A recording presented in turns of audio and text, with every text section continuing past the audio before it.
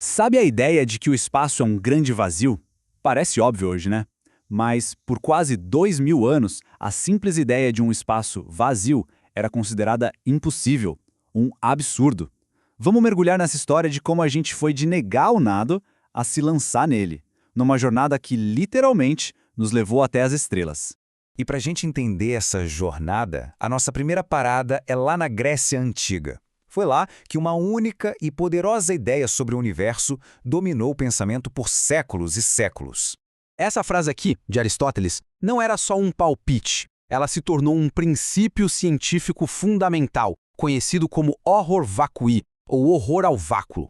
A lógica era simples. A natureza sempre dá um jeito de preencher qualquer espaço. O nada simplesmente não podia existir. E essa crença era tão forte, mas tão forte, que até o século XVII, pensadores como René Descartes ainda defendiam que o universo inteiro estava abarrotado de matéria. Não tinha um espacinho sobrando para o vazio. Mas você sabe como é a ciência, ela adora um questionamento, e essa certeza milenar estava com os dias contados.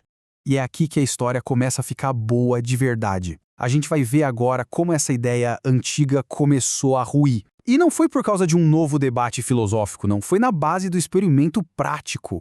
O mais legal aqui é ver que foi uma construção, sabe? Um cientista construindo em cima da descoberta do outro. Primeiro, Galileu sacou que o ar tem peso. Aí, o aluno dele, o Torricelli, usou essa ideia para criar o primeiro vácuo artificial da história, ali no topo do barômetro dele.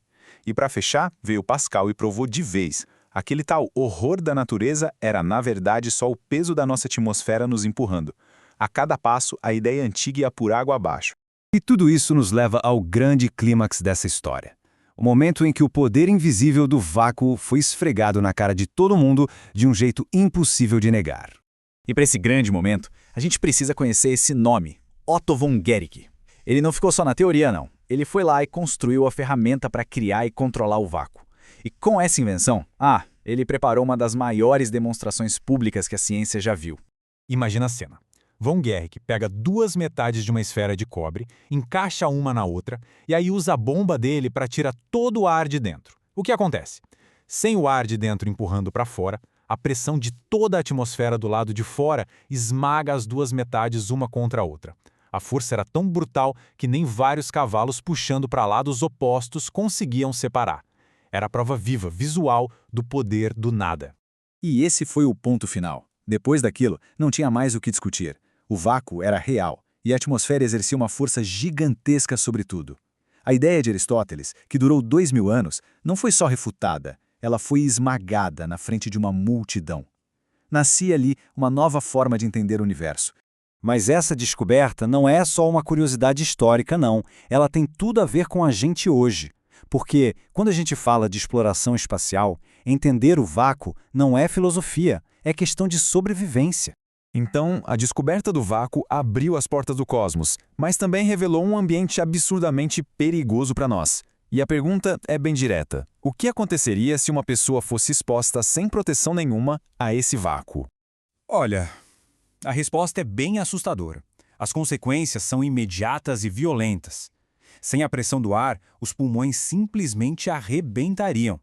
O oxigênio seria sugado do sangue, causando perda de consciência em segundos. E talvez o mais bizarro de tudo, o ebulismo. É isso mesmo que parece. Os líquidos do seu corpo começariam a ferver. E não por causa do calor, mas pela pura falta de pressão. Pensa bem, quanto maior a altitude, mais fácil é para a água ferver. No vácuo do espaço, a água ferve na temperatura normal do corpo humano. Agora, o que é realmente incrível é como a engenhosidade humana pegou o conhecimento desse perigo mortal e transformou numa solução que permite que a gente exista onde, em tese, a vida não poderia existir. A solução, claro, é o traje espacial. E esse quadro deixa tudo bem claro.